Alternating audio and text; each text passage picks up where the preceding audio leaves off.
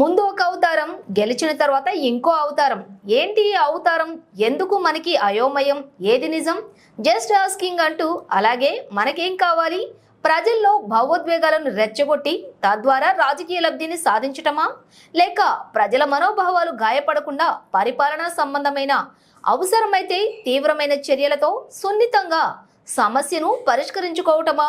Just asking అంటూ రాసుకొచ్చారు Prakash Raj. Recent గా కొత్త భక్తుడిగా వంగనామాలు పంగనామాలు ఎక్కువ కదా, ఇక చాలు ప్రజల కోసం చేయవలసిన పనులు చూడండి అని పోస్ట్ చేశారు ప్రకాష్ రాజ్. అయితే ఈ క్రమంలో ఇప్పుడు మరోసారి ట్వీట్ చేశారు. ఈ వర్స్టైల్ యాక్టర్ గాంధీ జయంతి, లాల్ బహదూర్ శాస్త్రి జయంతికి విశేష తెలుపుతూనే, ఒకవేళ నువ్వు మైనారిటీలో భాగమైనప్పటికీ నిజం ఎప్పటికీ నిజమే అని గాంధీజీ చెప్పిన మాటలను, అలాగే ఆలయాలు, మసీదులు, గురుద్వారాలు, చర్చిలు మనకు ఉన్నాయి, కానీ వాటిని మనం రాజకీయాల్లోకి తీసుకురాము.